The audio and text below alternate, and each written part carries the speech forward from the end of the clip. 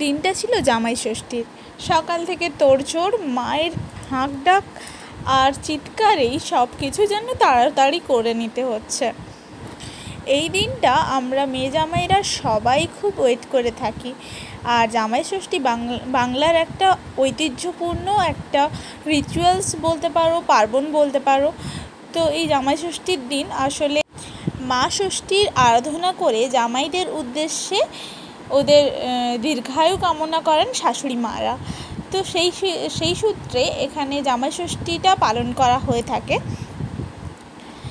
আমি তো এটা জানি, তোমরা যদি কিছু জানো এক্সট্রা অবশ্যই কমেন্ট করে জানিও।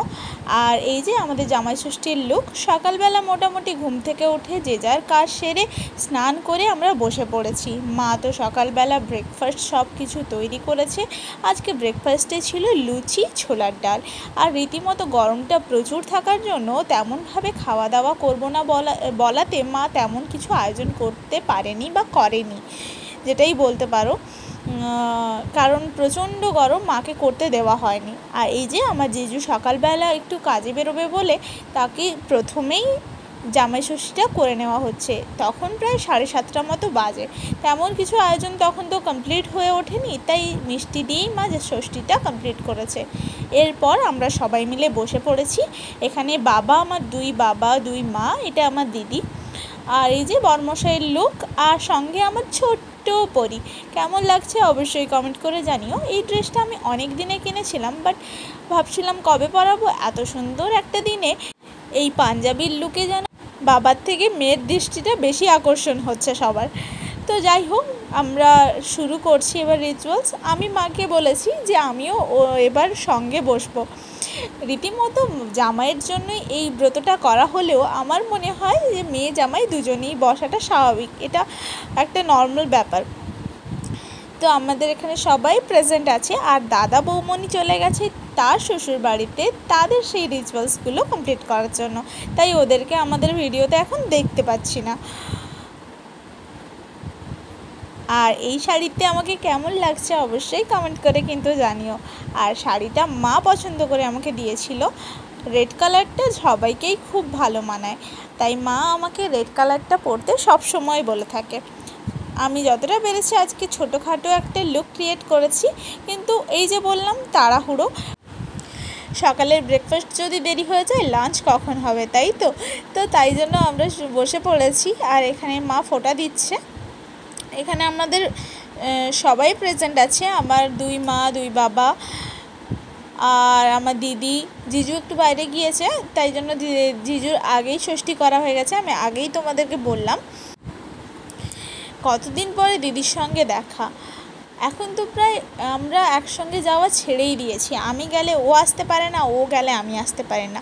তাই দুজনে যুক্তি করে এবারে ঠিক করেছিলাম যে একসঙ্গে দেখা করবই করব। তাই ষষ্ঠীতে দুজনেই এসে হাজির হয়েছি জামাই ষষ্ঠীর আগের দিন। আমি কলকাতা থেকে প্রথমে গিয়েছিলাম খড়গপুর, ওখান থেকে বাবা আর মাকে নিয়ে আমি আবার এসেছি বেল্লাতে। তো এই দিনটা মা বাবা প্রচণ্ডভাবে আমার শ্বশুর শাশুড়ি মাকে ডেকেছিলেন যে আমরা সবাই একসঙ্গে থাকবো। আর বেবির জন্য সবাই খুবই ছটফট করে। তো স্বাভাবিক, এটা একটা ছোট বেবি বাড়িতে থাকলে এটা তো একটা স্বাভাবিক ব্যাপার। তাই একসঙ্গে আমরা থাকার জন্য সবাই মিলে বেলদাতে চলে এসেছি। বেলদা থেকেই ডাইরেক্ট আমাদের কলকাতা যাওয়ার ট্রেন আছে, আমরা আর খড়গপুরে ঢুকবো না। এখানে ষষ্ঠীর কাজ মোটামুটি কমপ্লিট। আজকে দুপুরের মেনুর মোটামুটি ভালোই একটা আয়োজন আছে।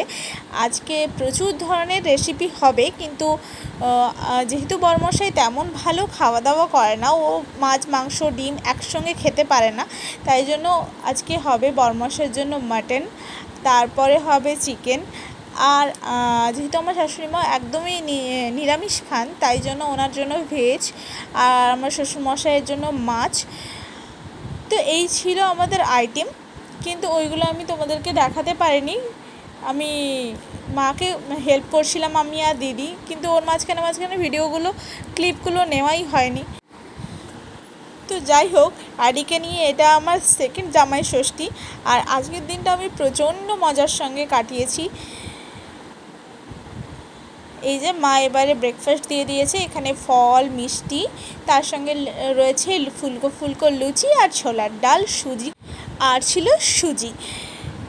এইভাবে সুজি কেটে খেতে তোমাদের কার কার ভালো লাগে? আমার তো দুর্দান্ত লাগে। নর্মাল সুজি খাওয়ার থেকে মনে হয় এই সুজি খাওয়াটা বেশি ভালো লাগে আমার।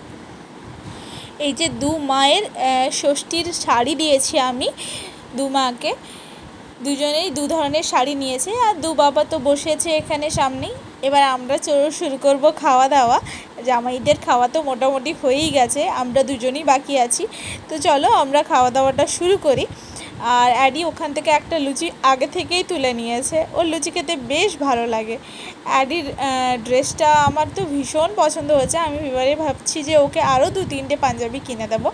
পাঞ্জাবি পরে মেয়েকে আমার ছেলে ছেলে লাগছে। তোমরা জানিও তোমাদেরকে কেমন লাগছে অ্যাডির ড্রেসটা।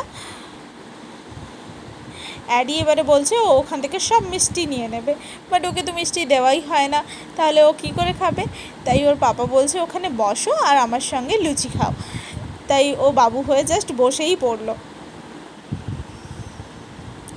মামা বাড়ি আসলে তো বাধা বলে কিছু থাকে না, সবারই তো একই ব্যাপার, কিন্তু কিছু কিছু রেস্ট্রিকশন থাকে যেগুলো আমি চেষ্টা করি সবারকে বলার, যে ওইগুলো মেনটেন করতে। এরপর অ্যাডি চলে গেছে ছাদে, ওর মিমির সঙ্গে খেলা করছে। আমরা কিছু ফটোশ্যুট করছিলাম ছাদে গিয়ে, আর নিচে মা খাবারের আয়োজন শুরু করে দিয়েছে। আমার বরমশাইয়ের সঙ্গেই শুধু আমার কোনো সেলফি তোলা হয়নি, তাই ভাবলাম চলো একটা ছোট্ট ক্লিপ তো নেওয়াই যেতে পারে। অ্যাডি এখানে ভেজা কাপড়কে নিয়ে বেশ মজা করছে। কলকাতায় তো এমন বড় বাইর পাওয়া যায় না, আর খড়গপুরে গেলেও সেই ছাদেই ঘুরতে হয়। বেলদা আসলে ও একটু খোলামেলা জায়গা পায়, তো খুব আনন্দ করে ব্যাপারগুলো নিয়ে। আমাদের তো এখন দোতলা হচ্ছে, তাই এই দোতলার কাজও চলছে এই দিন।